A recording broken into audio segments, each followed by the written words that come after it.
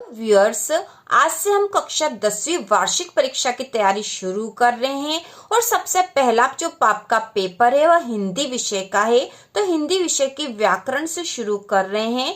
हिंदी व्याकरण में जो आपका है काव्य की परिभाषाएं भेद, जिसमें प्रबंध काव्य के भेद हैं आपके ब्लूप्रिंट के अनुसार। और यदि आपने ब्लूप्रिंट नहीं देखा हो तो चैनल पर उपलब्ध है। सबसे पहले हमने ब्लूप्रिंट का ही वीडियो बनाया है और उसके बाद हम तैयारी शुरू करने लगे हैं। तो काव्य की परिभाषा एवं भेद, जिसमें प्रबंध काव्य के भेद है, वह पूरा ही टॉपिक हम आज कवर करने वाले हैं। और उससे संबंधित कोई सा भी क्वेश्चन आए, चाहे 1-1 नंबर में आए चाहे 2 नंबर में आए, आप आसानी से कर लोगे यदि आप यह देख लोगे और समझ लोगे। तो शुरू करते हैं। सबसे पहला प्रश्न जो हम तैयार करेंगे वह है काव्य की परिभाषा व काव्य के मुख्य भेद लिखिए। तो इसका उत्तर है आचार्य विश्वनाथ के अनुसार रसात्मकम वाक्यम काव्यम, अर्थात रसयुक्त वाक्य ही काव्य है। काव्य के 2 भेद है, दृश्य काव्य और श्रव्य काव्य।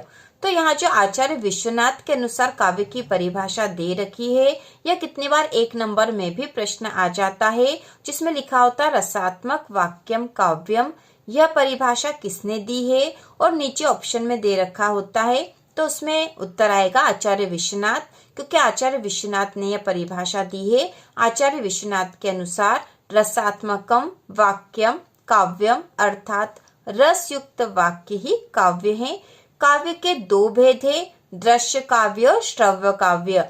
तो काव्य के 2 भेद होते हैं और इसकी रचना के आधार पर इसके जो 2 अलग भेद होते हैं वो होते हैं प्रबंध काव्य और मुक्तक काव्य। इसके बाद अगला है शैली की दृष्टि से काव्य के भेद लिखिए। तो इसका उत्तर होगा शैली की दृष्टि से काव्य के 3 भेद है, पद्य काव्य, गद्य काव्य और चंपू काव्य। तो ये शैली की दृष्टि से हमें ध्यान रखना होगा, यह शैली की दृष्टि से भेद है। और सामान्य तौर पर यदि काव्य के भेद पूछे जाते हैं तो 2 ही हम बताएंगे, दृश्य और श्रव्य। और इसकी रचना के आधार पर जो भेद होते हैं वो 2 ही भेद होते हैं, प्रबंध काव्य और मुक्तक काव्य। तो अब हम पढ़ेंगे प्रबंध काव्य की परिभाषा और उदाहरण दीजिए। तो प्रबंध काव्य के भेद बताइए। ठीक है, यह प्रश्न है। तो प्रश्न आपके एग्जाम में किस प्रकार से आएगा, या तो आ जाएगा प्रबंध काव्य की परिभाषा व उदाहरण दीजिए, या फिर प्रबंध काव्य के भेद बताइए। तो इस तरह से प्रश्न आ सकता है। तो कोई सा भी इस तरह का प्रश्न आए हम आसानी से उसका उत्तर लिख सकते हैं। तो इसका उत्तर होगा वह काव्य रचना जिसमें कथा सूत्रों या छंदों की तारतम्यता में अच्छी तरह बंधी हो, प्रबंध काव्य कहलाती है। वह काव्य रचना जिसमें कथा सूत्रों या छंदों की तारतम्यता में अच्छी तरह बंधी हो, प्रबंध काव्य कहलाती है। प्रबंध काव्य विस्तृत होता है। इसके बाद इसके उदाहरण हैं। तो प्रबंध काव्य के उदाहरण है रामचरितमानस, जो कि एक महाकाव्य है, और पंचवटी, जो कि खंड काव्य है। इसके बाद है प्रबंध काव्य के 2 भेद। तो प्रबंध काव्य के 2 भेद होते हैं, महाकाव्य और खंड काव्य। प्रबंध काव्य के 2 भेद हैं, महाकाव्य और खंड काव्य। और उनके उदाहरण भी हमने प्रबंध काव्य के उदाहरण में हमने महाकाव्य और खंड काव्य के उदाहरण देख लिए हैं। इसके बाद अगला प्रश्न है मुक्तक काव्य की परिभाषा उदाहरण सहित लिखिए। तो इसका उत्तर होगा वह काव्य रचना जिसमें कोई कथा नहीं होती तथा प्रत्येक छंद पूर्व पद के प्रसंग से मुक्त होता है, मुक्तक काव्य कहलाता है। वह काव्य रचना जिसमें कोई कथा नहीं होती तथा प्रत्येक छंद पूर्व पद के प्रसंग से मुक्त होता है, मुक्तक काव्य कहलाता है। और इसका उदाहरण है रहीम के दोहे, कबीर की साखियां। तो यदि मुक्तक काव्य से संबंधित प्रश्न इस तरह का आता है तो हमें यही उत्तर लिखना है। इस प्रकार से हम लिखेंगे तो हमें पूरे में से पूरे अंक प्राप्त होंगे। इसके बाद अगला प्रश्न है महाकाव्य की परिभाषा उदाहरण सहित लिखिए। तो इसका उत्तर होगा जिस काव्य में किसी महान व्यक्ति के जीवन का संपूर्ण वर्णन होता है। जिस काव्य में किसी महान व्यक्ति के जीवन का संपूर्ण वर्णन होता है उसे महाकाव्य कहते हैं। और उसका उदाहरण है रामचरितमानस, जिसके रचयिता है तुलसीदास। अगला प्रश्न है खंड काव्य की परिभाषा उदाहरण सहित दीजिए। तो इसका उत्तर होगा जिस काव्य में किसी महान व्यक्ति के जीवन की किसी एक घटना का वर्णन होता है उसे खंड काव्य कहते हैं। इसका उदाहरण है पंचवटी और इसके रचयिता है मैथिली शरण गुप्त। तो ये दोनों यदि परिभाषाएं हम देखते हैं तो बहुत आसान है। दोनों में ही जो कॉमन है वह है कि जिस काव्य में किसी महान व्यक्ति के जीवन का, और ये महाकाव्य है तो इसमें संपूर्ण वर्णन होता है, खंड काव्य है तो किसी एक घटना का वर्णन होता है। तो जहाँ संपूर्ण वर्णन होगा वो महाकाव्य होता है क्योंकि महाकाव्य बड़ा होता है, और खंड काव्य में किसी एक घटना का वर्णन होता है। इसके बाद अगला प्रश्न है आख्यानक गीतिया से क्या तात्पर्य है, उदाहरण सहित लिखिए। तो इसका उत्तर है ऐसी पदबद्ध रचना जिसमें एक लघु कथा होती है तथा गेयता होती है उसे आख्यानक गीतिया कहते हैं। ऐसी पदबद्ध रचना जिसमें एक लघु कथा होती है तथा गेयता होती है उसे आख्यानक गीतिया कहते हैं। इसका उदाहरण है नरसिंह जी का माहेरो जो कि मीरा की रचना है। तो यह आख्यानक गीतिया है, ऐसी पदबद्ध रचना जिसमें एक लघु कथा होती तथा गेयता होती, गेयता मतलब जिसे गा सकते हैं, उसे आख्यानक गीतिया कहते हैं। और उदाहरण है नरसिंह जी का माहेरो मीरा का लिखा हुआ। तो यह आख्यानक गीतिया है। वैसे यह आख्यानक गीतिया वाला प्रश्न इतना महत्वपूर्ण नहीं है, लेकिन फिर भी हमें पता होना चाहिए क्योंकि हमें हिंदी की संपूर्ण तैयारी करनी है।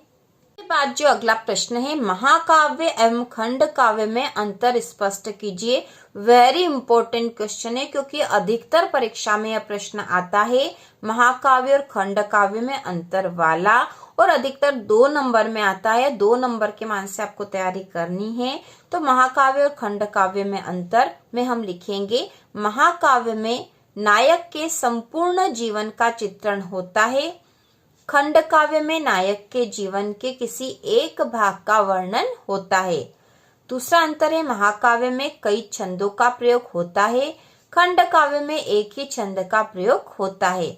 तीसरा अंतर है महाकाव्य में 8 या अधिक सर्ग होते हैं और खंड काव्य में एक ही सर्ग होता है।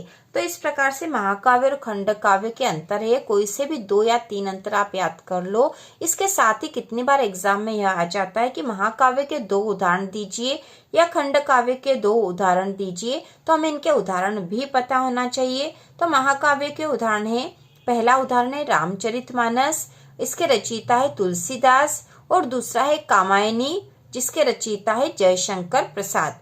तो रामचरितमानस, तुलसीदास और कामायनी जयशंकर प्रसाद। उसी प्रकार खंड काव्य के जो 2 उदाहरण है वह है पंचवटी, पंचवटी के रचयिता है मैथिली शरण गुप्त, और दूसरा उदाहरण है सुदामाचरित जिसके रचयिता है नरोत्तम दास। तो पंचवटी, मैथिली शरण गुप्त, सुदामाचरित, नरोत्तम दास।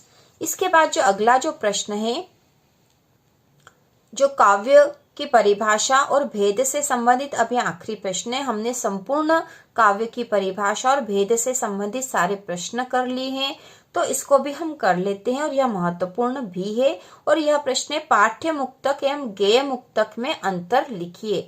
तो पाठ्य मुक्तक और गेय मुक्तक में अंतर हम देखेंगे। पाठ्य मुक्तक में इसमें विचारों की प्रधानता होती है, गेय मुक्तक में इसमें भावों की प्रधानता होती है। इसमें विचारों की प्रधानता है, इसमें भावों की प्रधानता है।